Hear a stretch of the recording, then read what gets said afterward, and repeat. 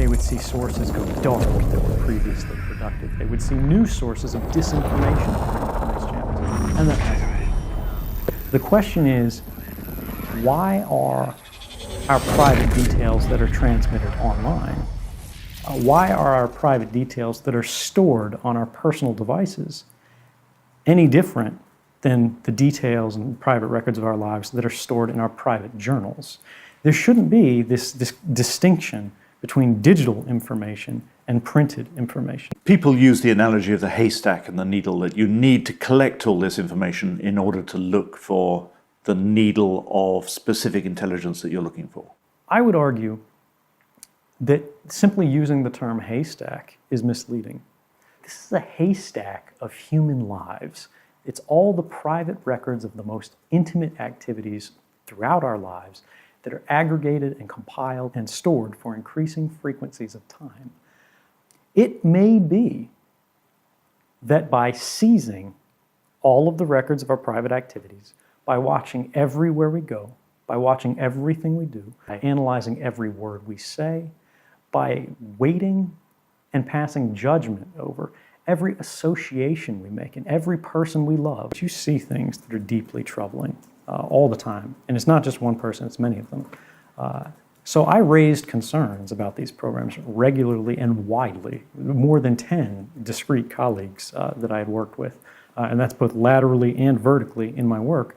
I went to and I showed these programs. I said, what do you think about this? Isn't this unusual? How can we be doing this? Isn't this unconstitutional? Isn't this a violation of rights? You're talking about patterns of behavior.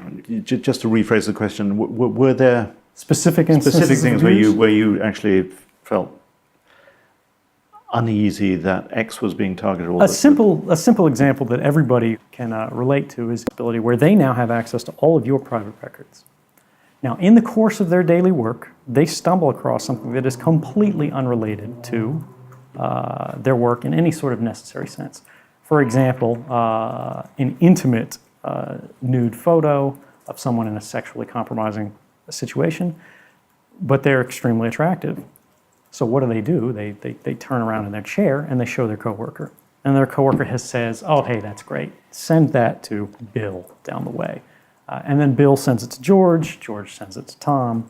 And sooner or later, this person's whole life has been seen by all of these other people. That your private images, records of your private lives, records of your intimate moments have been taken without any specific authorization, without any specific need, is itself a violation of your rights. We need to think of it in terms of literacy, because technology is a new system of communication. It's a new set of symbols that people have to intuitively understand. It's like something that you learn, but just like how you learn to write letters in school, you learn to use computers, how they interact, how they communicate.